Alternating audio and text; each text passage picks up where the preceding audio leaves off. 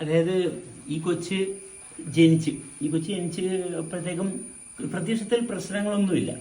പക്ഷേ വളർച്ച കുറച്ച് പ്രശ്നങ്ങൾ ഉണ്ടെന്നുള്ള ഭാവം പിന്നെ തിരിച്ചറിഞ്ഞു. പക്ഷെ ആ തിരിച്ചറിവ് എന്നെ ശരിക്കും ഉണർത്തി. കാരണം ഈ കൊച്ചിനെ നന്നായിട്ട് ഈ കൊച്ച് വളർന്ന് ഈ സമൂഹത്തിൽ ജീവിക്കണമെന്നുണ്ടെങ്കിൽ മാതാപിതാക്കൾ എന്ന് പറയുന്ന അവസ്ഥ സ്റ്റേബിളായിട്ട് നിൽക്കുന്നുണ്ടെങ്കിൽ മാത്രമേ ഈ കുട്ടിക്ക് ജീവിക്കാൻ പറ്റത്തുള്ളൂ. ഈ ഒരു തിരിച്ചറിവ് എന്നെ ശരിക്കും ഉണർത്തുകയാണ് ചെയ്ത്. ആ ഉണർവ് ഞാൻ ഒരിക്കലും പിന്നെ കെടുത്തിയിട്ടില്ല. ആ ഉണർവിൽ ഞാൻ തുടരുകയാണ് ചെയ്ത്. ആ തുടർന്നപ്പോൾ ഒരുപാട് വെല്ലുവിളികളുണ്ടായി. കൂട്ടത്തിലുള്ള ആൾക്കാരൊക്കെ തന്നെ എനിക്ക് ഭ്രാന്താണ്, വട്ടാണ്. പക്ഷേ എൻ്റെ ഉള്ളിലെ ഉദ്ദേശശുദ്ധി, എൻ്റെ കുട്ടിയെ വളർത്തണമെന്നുണ്ടെങ്കിൽ ഞാൻ സമാധാനത്തിൽ നിൽക്കണം, ഞാൻ നന്മയിൽ നിൽക്കണം. ഞാൻ തിന്മയിലോട്ട് പോയാൽ എൻ്റെ കുട്ടി വളരത്തില്ല. പക്ഷെ അത് മറ്റുള്ളവരുടെ കൺമുമ്പിൽ എൻ്റെ നന്മ ഭയങ്കര വലിയ പ്രശ്നമായിട്ടാണ് അവർ ഹൈലൈറ്റ് ചെയ്യുകയും എന്നെ മാനസിക രോഗത്തിന് ആശുപത്രി കൊണ്ടുപോകാനുള്ള ശ്രമങ്ങൾ നടത്തുകയും ഇതെല്ലാം ചെയ്തപ്പോഴല്ലേ എനിക്ക് എൻ്റെ കുട്ടിയുടെ ജീവിതത്തിൽ നന്മയിൽ നിൽക്കണമെന്നുണ്ടെങ്കിൽ നിന്നാൽ മാത്രമേ, അല്ല നന്മ എന്താണെന്ന് പറഞ്ഞതുകൊണ്ട് കാര്യമില്ല, നന്മയിൽ ഞാൻ നിലനിൽക്കുന്ന ഭാഗം മാത്രമേ അതിനെ വളർത്തത്തുള്ളൂ എന്നുള്ള ബോധ്യം എന്നിലുണ്ടായി. അതുകൊണ്ട് എന്നെ വീട് വിട്ടുപോയി ഈ കുട്ടിയിൽ നിന്ന് വിട്ടുപോകുക വരെ ചെയ്യേണ്ടി വന്നു.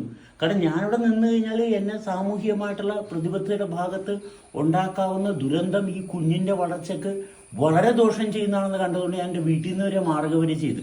ആ മാറിപ്പോയി വേറൊരു സ്ഥലത്ത് സമാധാനപരമായിട്ട് ജീവിച്ച് അങ്ങോട്ട് എൻ്റെ മകനെ എനിക്ക് അടുപ്പിക്കാൻ സാധിച്ചു. അങ്ങോട്ട് യാതൊരു ബുദ്ധിമുട്ടില്ല എൻ്റെ കുട്ടിയെ എനിക്ക് എൻ്റെ അടുത്തോട്ട് കൊണ്ടുവരാൻ പറ്റുകയും വരുന്നതിന് ശേഷം അവൻ്റെ ശാരീരികമായിട്ടുള്ള അവസ്ഥയിലുണ്ടാകുന്ന മാറ്റമെന്ന് പറയുന്നത് അത്ഭുതപ്പെടുത്തുന്നതാണ്. എനിക്ക് നെഞ്ചത്ത് കൈവച്ച് സമാധാനത്തോടെ ഇത്രയും നാൾ ഞാൻ ജീവിച്ചിരുന്നതിന് ഒരു മുതലുണ്ടെന്ന് പറയാം. ഞാൻ ജീവിച്ചിരുന്നതിന് ഏക അർത്ഥം അല്ലെങ്കിൽ ഏക പ്രതിഫലം ഈ കുട്ടി ഇന്നിപ്പോൾ എൻ്റെ കൂട്ടത്തിൽ സ്വസ്ഥമായിട്ട് നിൽക്കുന്നു എന്നുള്ളതാണ്. ഞാനുണ്ട് അതെ അതെ അതെ അതെ. ബാക്കിയുള്ളവരുടെ ഭാവമൊക്കെ എല്ലാവരും അവരവർക്ക് അവരവരുടെ രീതിയിൽ ജീവിക്കാനുള്ള പ്രാപ്തിയുള്ളവരാണ്. ഇത് സ്വന്തമായിട്ട് കാര്യങ്ങൾ ചെയ്യാനും തിരിച്ചറിയാനും പ്രാപ്തിയുള്ള രീതിയിലല്ല കയ്യിലോട്ട് കിട്ടിയത്.